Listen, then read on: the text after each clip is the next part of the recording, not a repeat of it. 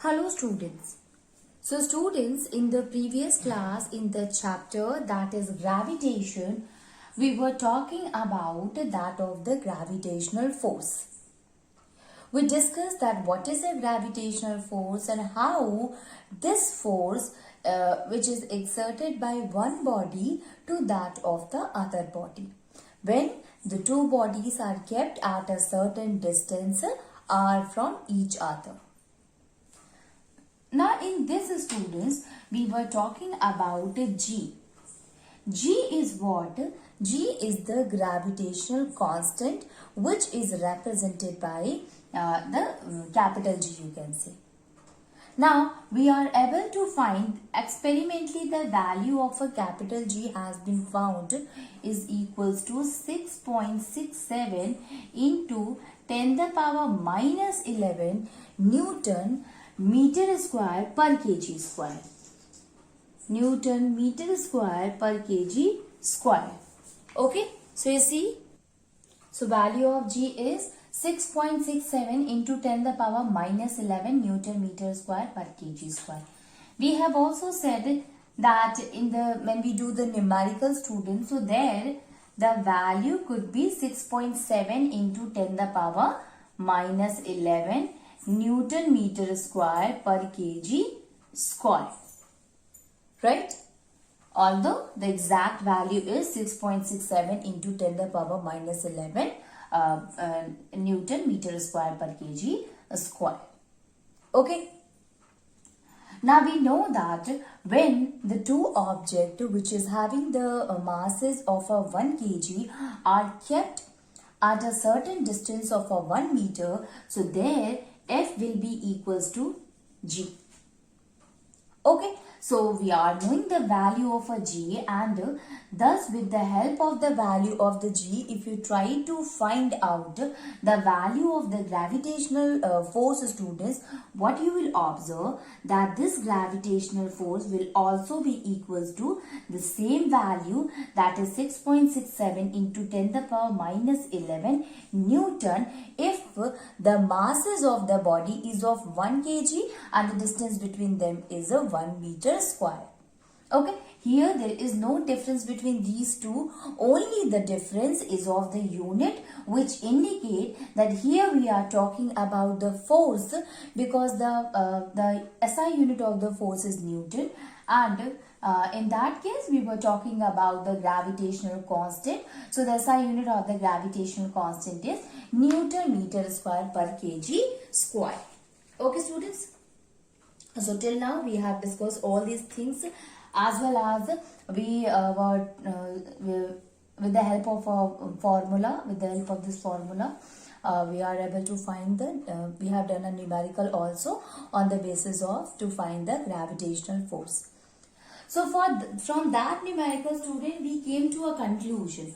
What was the conclusion? Conclusion was that if two objects are there and in which one is having very large mass than the other, then you can see the force of attraction, the gravitational force of attraction between the two objects as the smaller mass object start moving towards the larger mass. Okay, and that is why we can say that if suppose a small ball is there and earth is there, so absolutely the mass of the earth is very large, so when you throw a ball it start coming downward because of the force of attraction existing between the earth and the ball. It means the ball is also exerting a force on it, but since the mass of the ball is very small, so it cannot be considered, and we can only see that the ball is coming towards the earth. Now you see students, the force of attraction between the two objects in which one is the smaller one and is the larger one, the force of gravitation is also small. Likewise you see student, if suppose two small balls are there,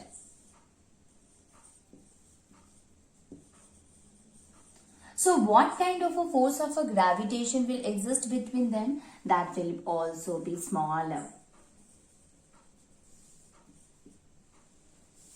But if larger mass object is there, then the force of attraction between them will also be the larger. Okay, so it totally depend upon the mass. The mass, if it is more, then the value of the force of attraction will also be more. So you see, student, if suppose we were talking about the two celestial bodies, that is, one is Earth and another one is the Sun. You see, the both of them are of a very large mass.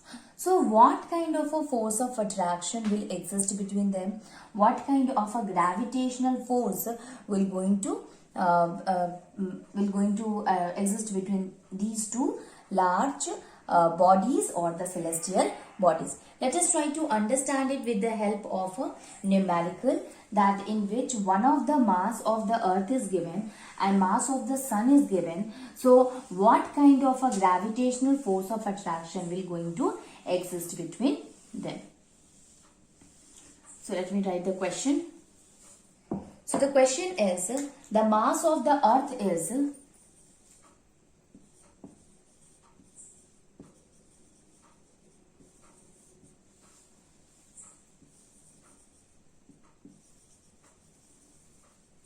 6 into 10 the power 24 kg. This is the mass of the earth. And we are taking here moon, student. Okay. And the mass of the moon. You see, moon is also a celestial object. So absolutely the mass of them, mass of it is more.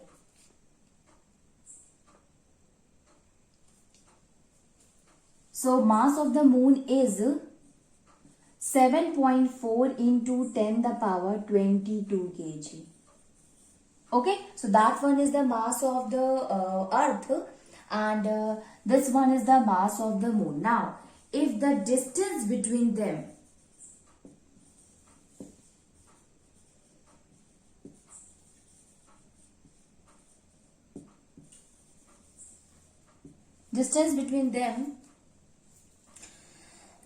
is 3.84 into 10 the power 5 is 3.84 into 10 the power 5 kilometer. What will be the gravitational force of attraction? So, what will be the force exerted by Earth on Moon?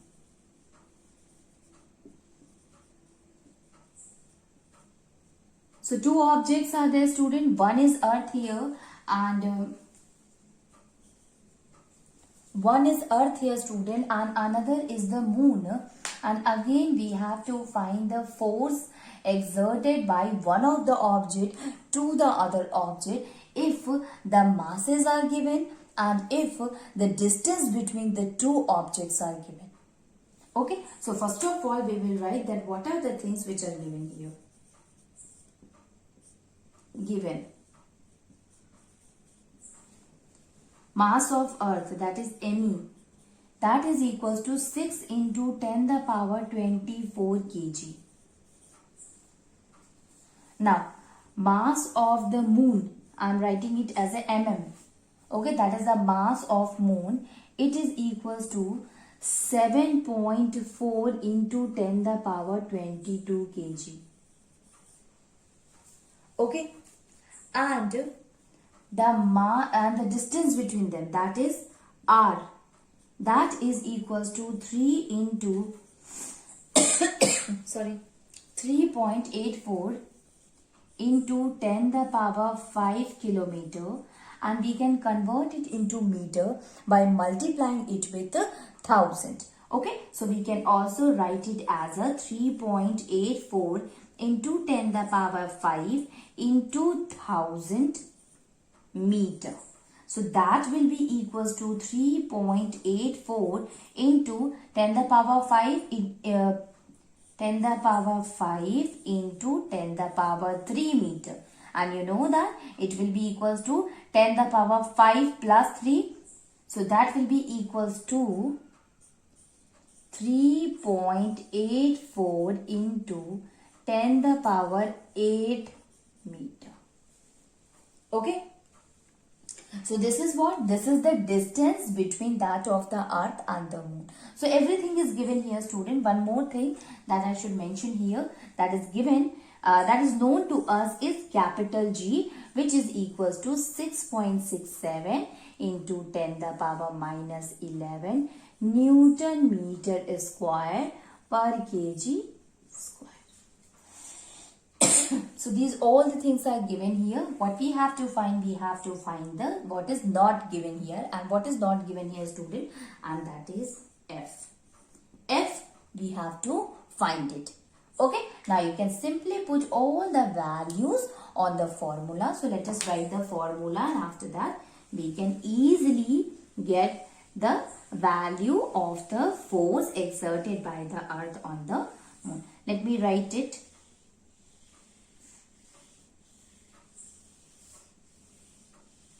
So you see,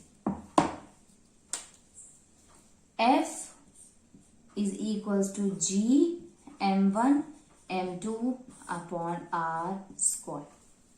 That is also equals to F is equals to now 6.67 into 10 the power minus 11 Newton meter square per kg square into, what is the mass here given, student? The first mass is 6 into 10 the power 24 kg into 7.4 into 10 the power 22 kg.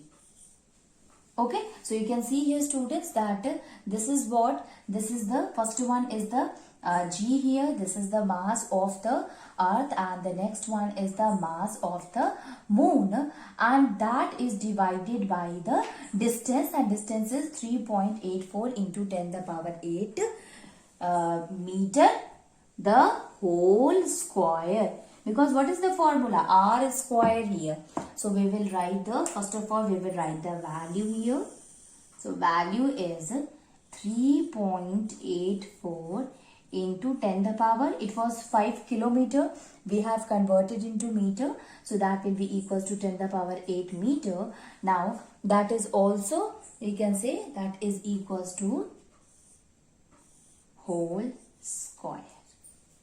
Okay, so you see here, students, now we can simply write it again, and if we are saying that whole square, so we can also write it like square meter square.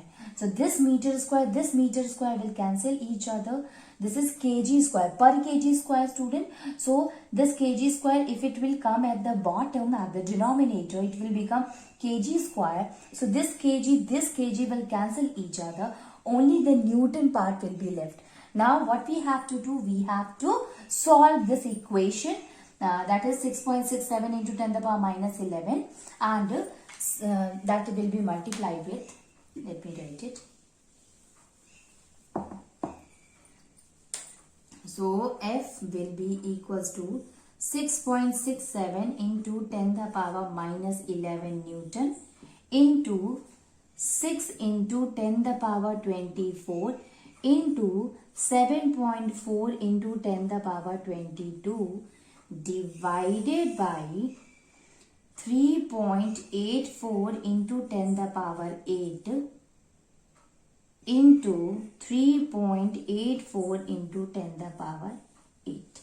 Okay, so this will be the whole thing that you have to do when you open it, and when you solve it, students, you will get the answer, and the answer is, when you solve it, you will get it, that is 2.01 into 10 the power 20 newtons. Okay, or we can say 2.01 into 10 the power 20 newton.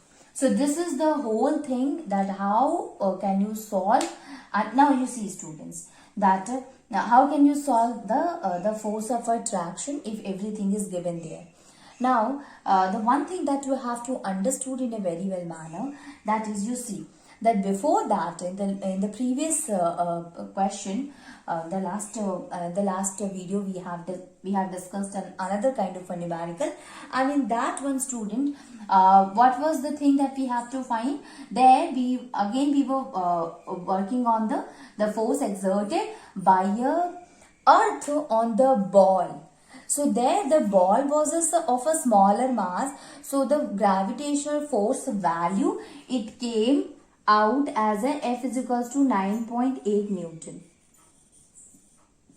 When we were talking about the force exerted by earth on the ball. Right? And here we are talking about the force exerted by the earth on the moon. So moon is what? It is a bigger object. It is a large celestial body, students. So we can say that the force exerted by the earth on the moon, the value of the force of a gravitation will also be large. And that is why you see the value, it comes out to be 2.01 into 10 the power 20 Newton, which proves that here the force of a gravitation, a force exerted by the earth on the moon, is larger as compared to the force exerted by earth on the ball. And this difference is because of the difference in the masses. More mass will be there, more will be the force of attraction will be exerted between the two objects. Okay. So this is the first numerical. Okay, so this is the numerical in which we have seen that how the gravitational force act on a two celestial object which is having the larger mass. Okay.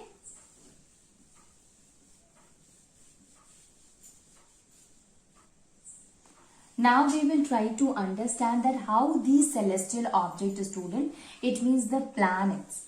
You are knowing about the solar system.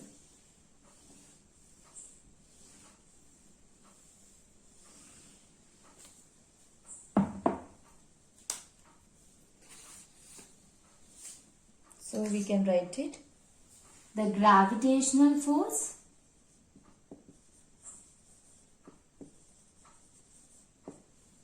holds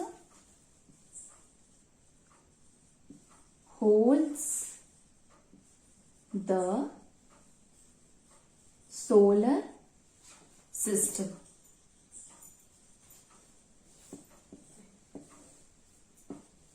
Okay, so the gravitational force, it holds the solar system. You are knowing about it, the student, that what is a solar system?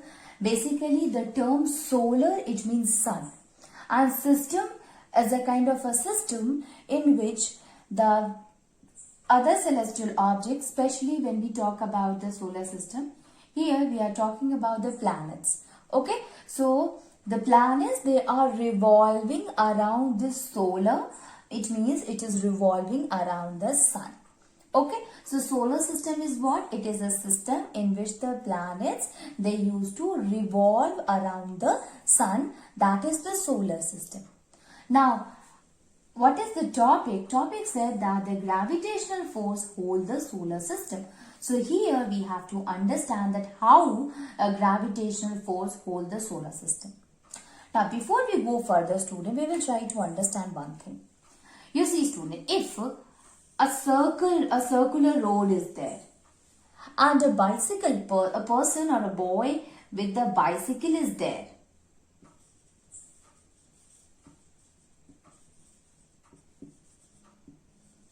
and this boy is who is riding the bicycle is continuously moving the bicycle around this circular road.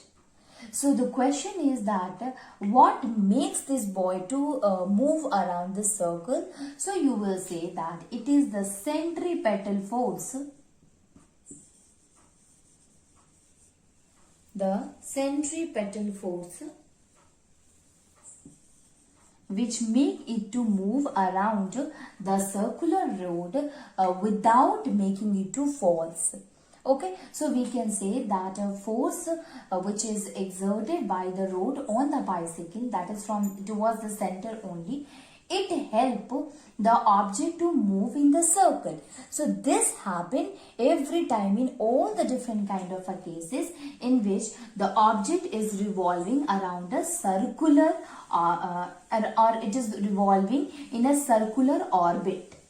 Okay, so you see that here the circular road is there and the boy is continuously moving the bicycle in a circle. So here he is covering a circular path. So the force which is exerting on it is the centripetal force. Okay, so same thing happening in the solar system. In case of a solar system, what is there? Planets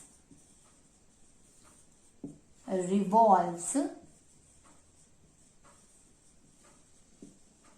around the sun. So planets, they used to revolve around the sun. And for the movement of the planet around the sun, it also need a kind of a centripetal force. Sorry. Okay, so it also need a kind of a centripetal force, students, and from where it get this centripetal force? So that it can easily revolve around the sun. So we can write it. Planets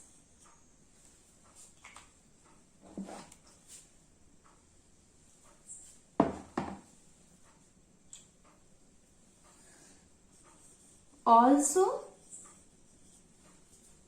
needs the centripetal force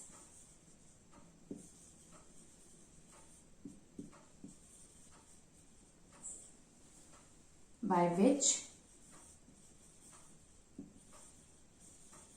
they can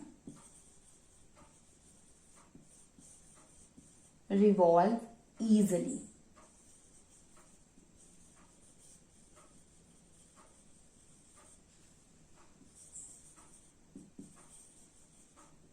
Okay, so planets, they also need the centripetal force by which they can revolve easily around the sun.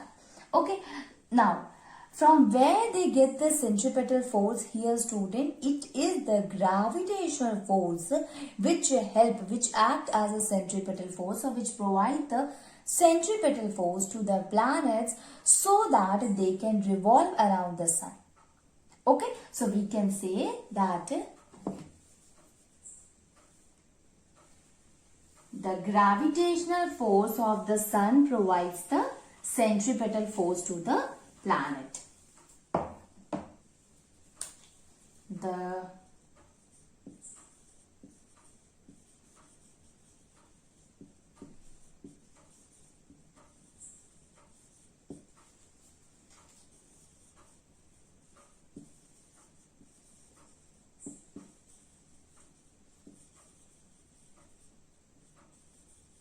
provides the centripetal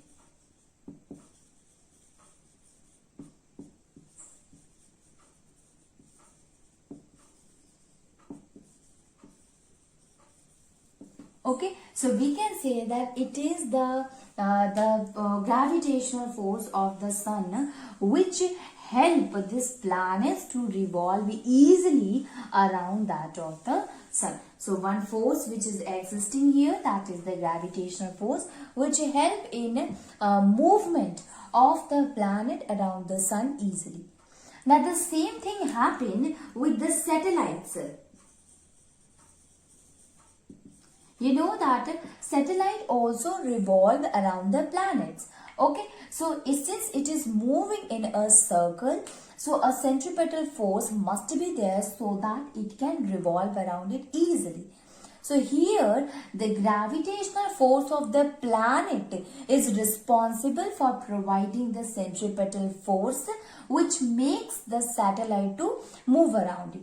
Here students, the gravitational force of the sun provides the centripetal force to the planet, and here the satellite, in case of a satellite, the gravitational force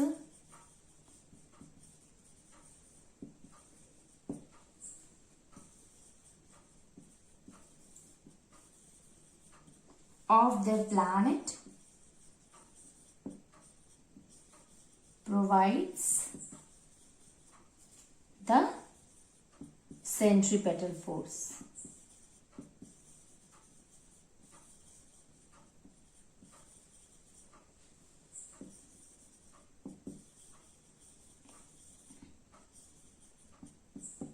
Okay, so satellites, you see the gravitational force of the planet, it provides the centripetal force to the satellite so that they can revolve around it. So we can say that ultimately in the solar system, what happened, the planet is revolving around the sun.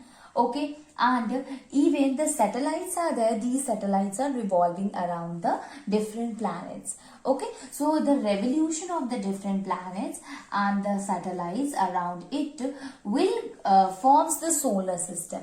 So we can say that they are able to revolve because of the centripetal force, and this centripetal force is provided by the gravitational force.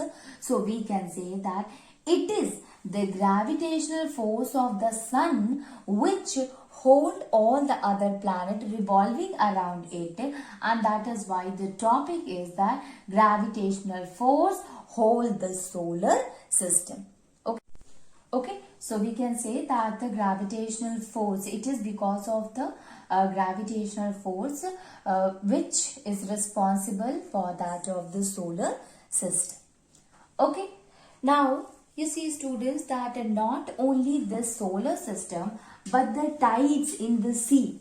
You have seen the tides occur in the sea which used to move in the upward direction and it move in the downward direction. So how this formation of the tides occurs, student? It is also because of the gravitational force exerted by the moon on the tide or the sun on the tides. Okay, so we can write it. The tide in the sea is formed by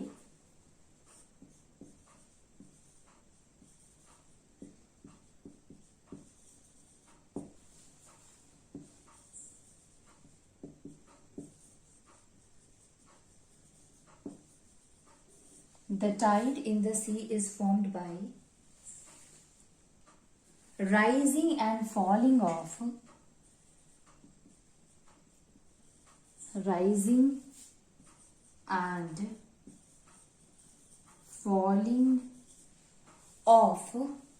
water level in the sea.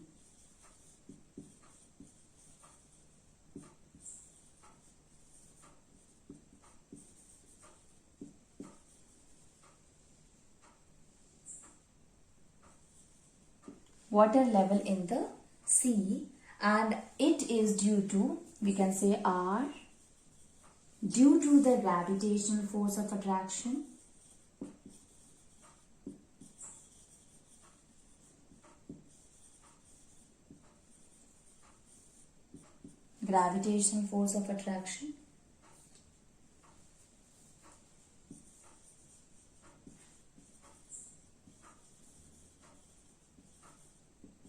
which is exerted by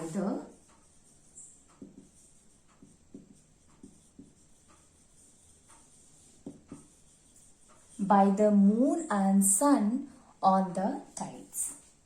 By the moon and sun on the tides. Okay, so we can say the formation of the tides in the sea, it is because of the rising and falling of the water level, and this basically happen, this rise and the falling basically occur due to the gravitational force of attraction. Okay, so we can say that the gravitational force of attraction not only holds the solar system, but it also help in the force of attraction. It also help in the formation of the tides in the sea. Okay, so tide formation basically occur due to the gravitational force of attraction. So it is the Newton who satisfactorily explain all the things, students, like that the different kind of a natural phenomena like formation of the tide in the sea or movement of the moon around the earth. So all these kind of the natural phenomena which occur in the universe explained by Newton in a very well manner, and he explained that how the gravitational force is responsible for these phenomena. Okay, now one more thing is there, students, that Newton, he explained this with the help of Newton's third law of motion. Okay, so he explained the gravitational force with the help of Newton's third law. So in the next topic we will study that how the Newton's third law of motion and the gravitation, they are interrelated with each other, and how if you are saying that Newton's third law, it means an object is exerting a force on the other, ultimately the other will also exert a force on the first one, and due to which you can say that the gravitation process occurs. Okay, and we will try to understand that if both of them are exerting the same amount of a force, so why there is no such movement of the earth occur when a ball is coming downward in the air, okay, or from a certain height. Okay.